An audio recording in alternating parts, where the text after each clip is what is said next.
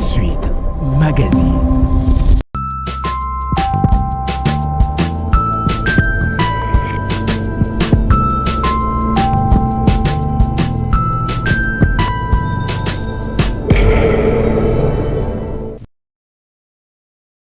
Bien-aimés frères et sœurs, c'est avec joie que je vous retrouve ce jour dans le cadre de cette émission Que dit la Bible.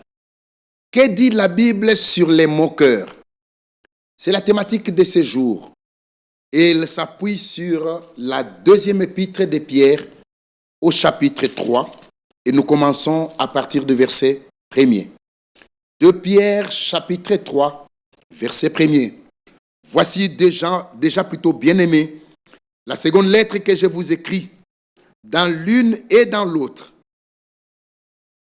Je cherche à éveiller par des avertissements votre saine intelligence, afin que vous vous souveniez des choses annoncées d'avance par les saints prophètes et du commandement du Seigneur et Sauveur enseigné par vos apôtres. Sachant avant tout que dans le dernier jour, il viendra des moqueurs avec leur raillerie et marchant selon leur propre convoitise. Ils disent, où est la promesse de son avènement? Car depuis que les pères sont morts, tout demeure comme dès le commencement de la création. Alléluia.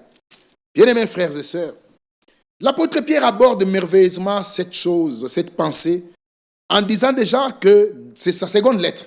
Dans l'une et dans l'autre, il cherche à éveiller par des avertissements la saine intelligence du peuple de Dieu, afin que nous puissions nous souvenir toujours des choses annoncées d'avance par le saint prophète et qui prennent progressivement place de notre temps. Oui, des prophètes ont annoncé des choses et ces choses sont en train de se réaliser, mais elles se réalisent au temps de Dieu. Le problème entre l'annonce et l'accomplissement, c'est lequel? Quand Dieu annonce des choses, généralement les conditions visibles à l'œil humain ne permettent pas à l'humain, à l'homme de croire en la véracité des choses qui ont été proclamées. Deux exemples. Comme vous vous souvenez de l'histoire d'Élisée. La famine était en Samarie et Élisée vient et lui dit, demain, il y aura aux portes de Samarie du blé, de l'orge à tel prix.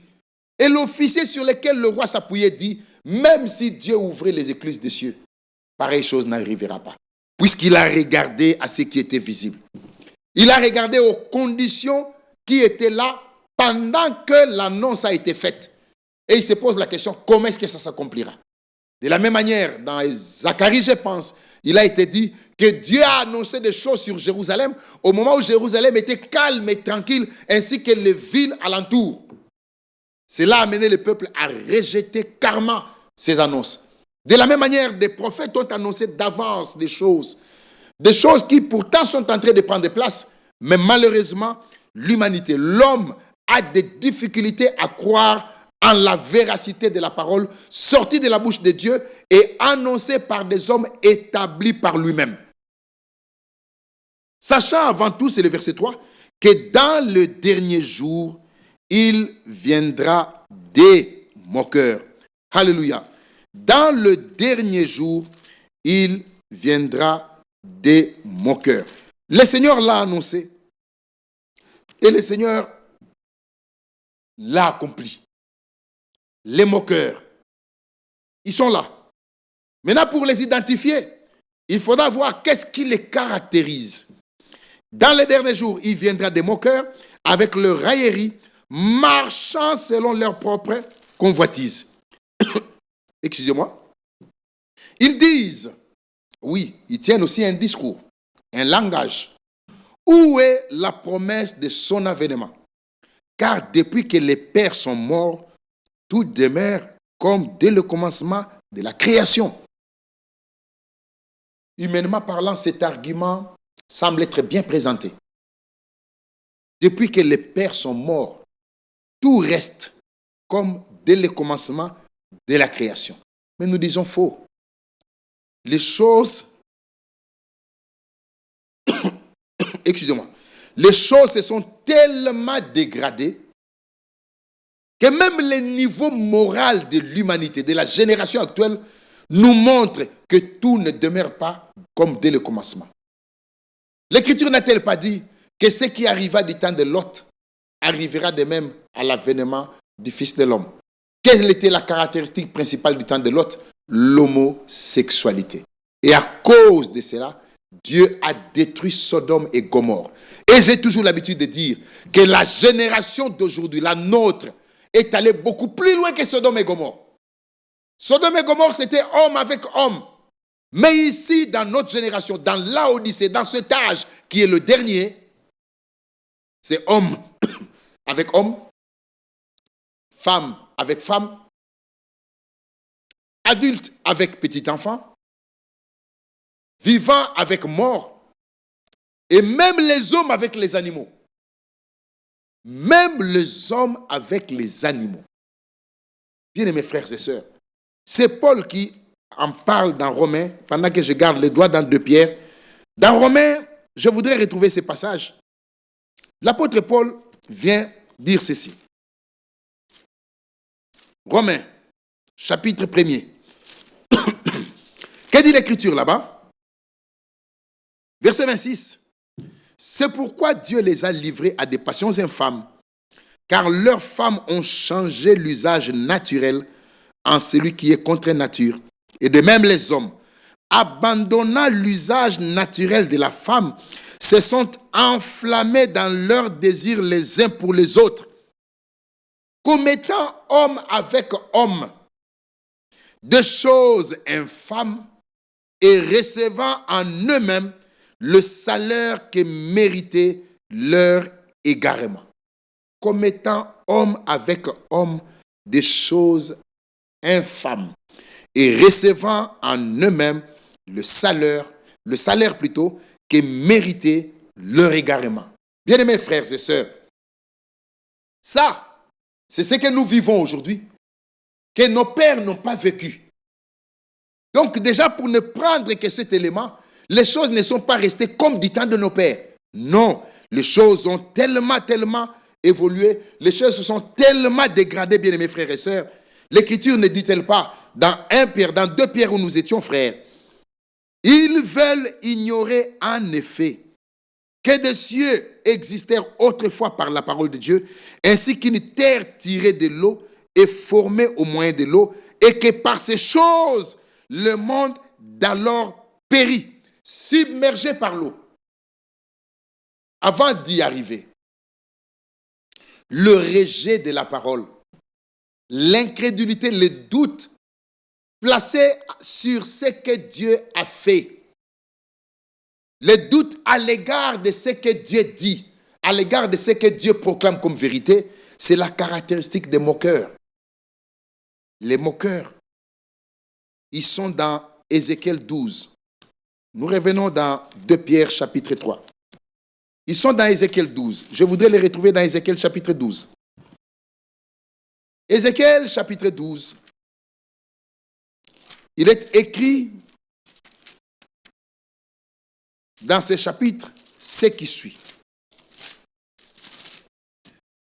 Verset 22, verset 21. La parole de l'Éternel, la parole du Seigneur me fut adressée en ces mots. Fils de l'homme, que signifie ce discours moqueur? Oui, les moqueurs ont un discours. Que signifie ce discours moqueur que vous tenez dans le pays? Le jour se prolonge et toutes les visions restent sans effet. C'est le même langage. Comme du temps de nos pères, les choses sont restées pareilles comme dès le commencement. Le jour se prolonge et toutes les visions restent sans effet. C'est pourquoi dis-leur, ainsi parle le Seigneur, je ferai cesser ces discours moqueurs. On ne le tiendra plus en Israël. Dis-leur au contraire, le jour approche et toutes les visions, alléluia, toutes les visions s'accompliront. Le jour s'approche et toutes les visions s'accompliront. Bien mes frères et sœurs, celui qui a annoncé des visions, celui qui a proclamé ces choses, c'est un Dieu fidèle. Il est lié, intimement lié à sa parole pour l'accomplir. Le jour approche, car il n'y aura plus de visions vaines, ni d'oracles trompeurs au milieu de la maison d'Israël. Pourquoi il l'a fait? C'est pour qu'il n'y ait pas de confusion. C'est pour qu'il n'y ait pas de confusion. Car lui, quand il s'adresse à son peuple, il s'adresse à son peuple de manière claire et distincte, afin qu'il n'y ait pas de confusion sur ce qu'il a dit et que même le peuple lui-même ne soit plus dans la confusion. Il n'y aura pas d'oracle, il n'y aura plus d'oracle trompeur, plus de visions vaines. Verset 25, car moi, le Seigneur, je parlerai et ce que je dirai ne sera plus différé. Ce que je dirai ne sera plus différé. Non, le Seigneur ne tarde pas. Oui, bien mes frères, gardez les doigts ici, rentrons dans 2 Pierre. Rentrons dans 2 Pierre, puisque la pensée me revient à l'esprit. Au chapitre 3 où nous étions, prenez avec moi le verset 9. Le Seigneur ne tarde pas. Le Seigneur ne tarde pas dans l'accomplissement de la promesse. Le Seigneur ne diffère pas l'accomplissement de la promesse. C'est ça la meilleure traduction. Il y a une version qui le dit d'ailleurs très bien. Le Seigneur ne diffère pas l'accomplissement de la promesse, comme quelques-uns le croient. Il use de patience envers vous, ne voulant pas qu'aucun périsse, mais voulant que tous arrivent à la repentance. Alléluia.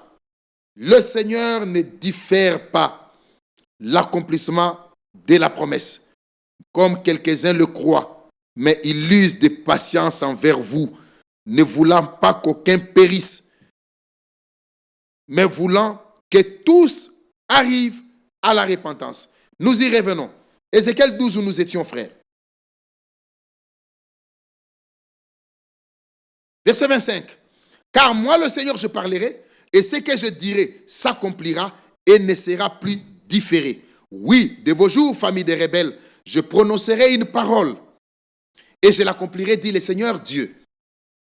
La parole du Seigneur me fit adresser en ces mots. Fils de l'homme, voici la maison d'Israël. Dit, les visions qu'il a ne sont pas prêtes de s'accomplir. Les prophéties, il prophétise pour des temps éloignés. Qui vous le dit? Qui vous le dit? Les visions qu'il a ne sont pas prêtes de s'accomplir. Les prophéties qu'il donne, c'est pour des temps éloignés. Frères, écoutez la suite. C'est pourquoi dis-leur, ainsi parle le Seigneur, l'Éternel, il n'y aura plus de délai dans l'accomplissement de mes paroles. La parole que je prononcerai s'accomplira, dit le Seigneur, l'Éternel. Il n'y aura plus de délai. Afin qu'un homme ne dise pas, les visions qu'il a ne sont pas prêtes de s'accomplir. Et les prophéties qu'il donne, c'est pour des temps éloignés. Bien-aimés frères et sœurs, voici ces choses arrivent. Elles arriveront et elles arrivent. Et quand elles arriveront, plusieurs se rendront compte que Dieu avait encore visité la terre aujourd'hui. Dieu avait encore visité la terre. Une fois encore, Dieu avait visité la terre. Dans 2 Pierre chapitre 3, alors l'Écriture dit, ils veulent ignorer, nous remontons un peu au verset 5, ils veulent ignorer en effet que des cieux existèrent autrefois par la parole de Dieu, ainsi qu'une terre tirée de l'eau et formée au moyen de l'eau. Et que par ces choses, le monde d'alors périt, submergé par l'eau. Regardez des détails ici. Ils veulent ignorer. C'est ce que j'appelle une amnésie volontaire. L'homme, le mortel, prend volontairement la décision d'oublier que Noé a existé, le déluge s'est abattu sur la terre, ceux qui n'avaient pas cru ont péri dans l'eau. Bien mes frères, regardez le paradoxe. Même du temps de Noé, quand les choses ont été annoncées, rien ne montrait que le dégât, les dommages arrivaient dans un avenir très proche. Rien ne le montrait. Et surtout qu'il n'avait jamais plu sur la terre. Depuis la création, Dieu a arrosé la terre par une rosée. Dieu a humidifié la terre par une rosée qui tombait sur la terre. Il n'avait jamais plu. Alors quand Noé a dit qu'il pleuvra, l'humanité scientifique s'est posé la question, d'où viendra l'eau, Noé? Est-ce qu'il y a de l'eau au ciel? Ils ont rejeté, surtout que les conditions ne leur permettaient pas de croire. Encore, leur incrédulité s'est accrue quand Noé est entré dans l'arche et la pluie n'est pas tombée le même jour. Noé a fait des jours dans l'arche avant que la pluie ne tombe. Et les uns pouvaient dire, mais Noé, sors mon cher ami. Regarde, il fait beau ici, tu t'es trompé certainement. Peut-être que le soleil t'a tapé sur la terre, sur la tête plutôt. Noé, sors, viens, arrête de faire souffrir ta femme et tes enfants. Mais Noé savait, puisque c'était le ainsi dit l'Éternel, puisque c'était le ainsi dit le Seigneur, cette parole devait s'accomplir. Autre difficulté qui n'a fait qu'accroître leur incrédulité, c'est que le chantier naval de Noé a été placé sur une colline, sur instruction du Seigneur. Comment pouvez-vous placer un chantier naval sur une colline? Comment les navires quitteront la colline pour aller jusque là où il y a de l'eau? Alors l'homme s'est dit, eh bien Noé, tu t'es trompé. D'où viendra l'eau? Comment ce navire va flotter? Cette arche arrivera comment là où il y a de l'eau? Mais Dieu a dit à Noé, sur la colline. Et Noé a fait l'arche sur la colline. Mais il a tellement plu que même les sommets des montagnes ont été engloutis par l'eau et l'arche de Noé a fini par flotter. Donc, le discours de mon cœur n'a pas empêché Dieu d'accomplir en son temps, au temps de Dieu, ce qu'il avait déjà annoncé auparavant par la bouche de son prophète Noé. Les discours moqueurs des hommes aujourd'hui n'empêcheront pas Dieu d'accomplir ce qu'il a annoncé d'avance par la bouche de ses serviteurs qu'il a envoyés sur la terre. Verset 8, verset 7. Mais par la même parole, le ciel et la terre d'à présent. Comparé au verset 7 et au verset 6, non, au verset 5 et au verset 6, vous verrez qu'il est parlé du monde d'alors.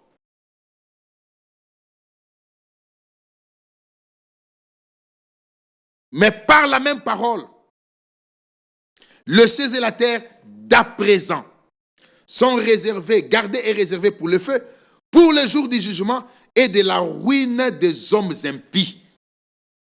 Mais il y a une chose, bien aimée, que vous ne devez pas ignorer, c'est que devant le Seigneur, un jour est comme 1000 ans, et 1000 ans sont comme un jour. Nous en avons déjà parlé sur ce plateau.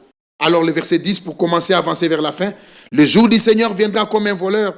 En ce jour, les cieux passeront avec fracas, les éléments embrasés se dissoudront, et la terre avec les œuvres qu'elle renferme sera consumée. Puisque tout cela est en voie de dissolution, combien votre conduite et votre piété doivent être saintes. Ne basculez pas du côté de mon cœur. Ne soyez pas sur la liste de mon cœur.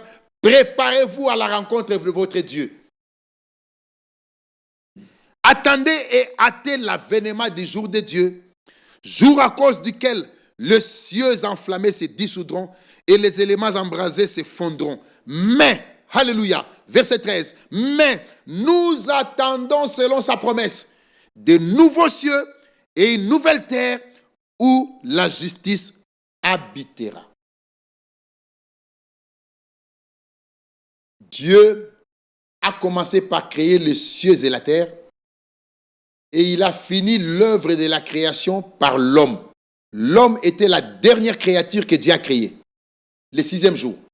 Et le 7e jour, Dieu s'est reposé. Il a créé les cieux et la terre et il s'est reposé le 7e jour. Le 6e jour, il a fini par l'homme, alors que le premier jour, il a commencé par le cieux et la terre. Au commencement, Dieu créa le cieux et la terre. Que dis-je? Au commencement, il a commencé par le cieux et la terre et il a terminé l'œuvre de la création par l'homme. Peut-être que c'est mieux qu'on le lise. Genèse chapitre 1er. Pour que la pensée soit correcte. Puisqu'il y a un temps qu'on a appelé commencement, il y a aussi un temps où les jours ont commencé à être comptés. Genèse chapitre 1er. Au commencement, verset 1er, Dieu créa le cieux et la terre. Au commencement. Entre ce temps, le commencement, et jusqu'au moment où la lumière est apparue et qu'on a commencé à compter les jours, on ne sait pas quel temps s'est passé. Mais au commencement, retenez la pensée, Dieu a commencé par le ciel et la terre et Dieu a terminé l'œuvre de la création par l'homme. Dans la nouvelle création, Dieu commence par créer l'homme nouveau. Il commence là où il a terminé. Il a terminé par l'homme et dans la nouvelle alliance, dans la nouvelle création, Dieu commence par l'homme nouveau. Et en créant l'homme nouveau, il faut que cet homme nouveau habite de nouveaux cieux et une nouvelle terre. Oui. Il commence là où il a terminé et il va terminer là où il avait commencé. Retenez la pensée. Il a commencé par les cieux et la terre, il a terminé par l'homme, il a commencé par l'homme nouveau pour terminer par de nouveaux cieux et une nouvelle terre. Alléluia. Ainsi, bien-aimés frères et sœurs, la Bible dit ceci, nous attendons selon sa promesse des nouveaux cieux et une nouvelle terre où la justice habitera. Qui sont concernés? Ce sont ceux de qui Paul parle dans Hébreux quand il dit « eux dont le monde n'était pas digne ». Ah oui, frère. Hébreux chapitre 11. Laissez-moi retrouver ça pour chuter. Hébreux chapitre 11, le verset 38. « Eux dont le monde n'était pas digne ». Eux là, c'est qui? C'est ceux qui sont verset 14. Ceux qui parlent ainsi montrent qu'ils cherchent une patrie. S'ils avaient eu en vue celle d'où ils étaient sortis, ils auraient eu le temps d'y retourner. Mais maintenant, ils en désirent une meilleure, c'est-à-dire une céleste. C'est pourquoi Dieu n'a pas honte d'être appelé leur Dieu, car il leur a préparé une cité. Alléluia. Eux dont le monde n'était pas digne. Je suis né à Bumbu. J'ai grandi à Bumbu. Mais si je deviens président de la République, je dois déménager. Car Bumbu n'est plus digne par rapport au rang que je viens d'obtenir, à mes fonctions de président de la République et à la dignité liée à ce rang, à la sécurité et tout autre. Bumbu n'est plus digne, je dois quitter pour aller occuper le palais présidentiel. Il y a des hommes nés sur la terre, nés dans le péché, mais qui ont eu la grâce d'expérimenter le salut, d'être rachetés, d'être sauvés. Ces hommes-là pour lesquels le Seigneur a donné sa vie, et qui ont expérimenté la nouvelle naissance, ils ne doivent plus continuer à vivre sur la terre. Ils seront obligés de déménager, d'aller dans la nouvelle Jérusalem, la Jérusalem céleste, et pour eux, Dieu a préparé des nouveaux cieux et une nouvelle terre. Le temps que tout ce qu'il y a sur la terre soit purifié, pour qu'il y ait une terre nouvelle et des cieux nouveaux, pour ces hommes nouveaux que Dieu a transformés. Alléluia. Terminons, bien-aimés frères et sœurs. C'est pourquoi, bien-aimés, en attendant ces choses, et 2 Pierre chapitre 3, verset 14, c'est pourquoi, bien-aimés, en attendant ces choses, appliquez-vous à être trouvés par lui, sans tache et irréprochable dans la paix. Voilà ce qui est important. Ce qui est important, ce n'est pas de prêcher. Ce n'est pas de faire ceci ou cela. Mais ce qui est beaucoup plus capital, c'est que le Seigneur nous trouve à son retour, qu'il nous trouve sans tache et irréprochable, pas seulement ça, mais dans la paix. La pensée de ce jour, c'est que les moqueurs, nous ne saurons pas éviter qu'ils soient là. Ils sont dans la Bible et ils sont là dans nos milieux. On les connaît, on les voit, on écoute leurs discours. Les discours que l'Écriture qualifie de discours moqueurs. Ils disent, où est la promesse de son avènement? Car depuis que les pères sont morts, tout demeure comme dès le commencement de la création. Mais ils veulent l'ignorer. Que du temps de Noé, il y a eu des choses qui se sont passées. Les cieux et la terre d'à présent sont gardés, réservés pour le feu. Mais nous attendons, selon sa promesse, de nouveaux cieux et une nouvelle terre où la justice habitera. Bien-aimés frères et sœurs, ne soyez pas du nombre des moqueurs. Croyez en la vérité, croyez en la parole, acceptez la parole, croyez en la fidélité de celui qui a fait les promesses. Dieu accomplit toujours les paroles sorties de sa bouche. Que la grâce de notre Dieu et sa miséricorde reposent sur chacun d'entre nous. Au nom de Jésus-Christ. Amen. Que Dieu vous bénisse et à la prochaine.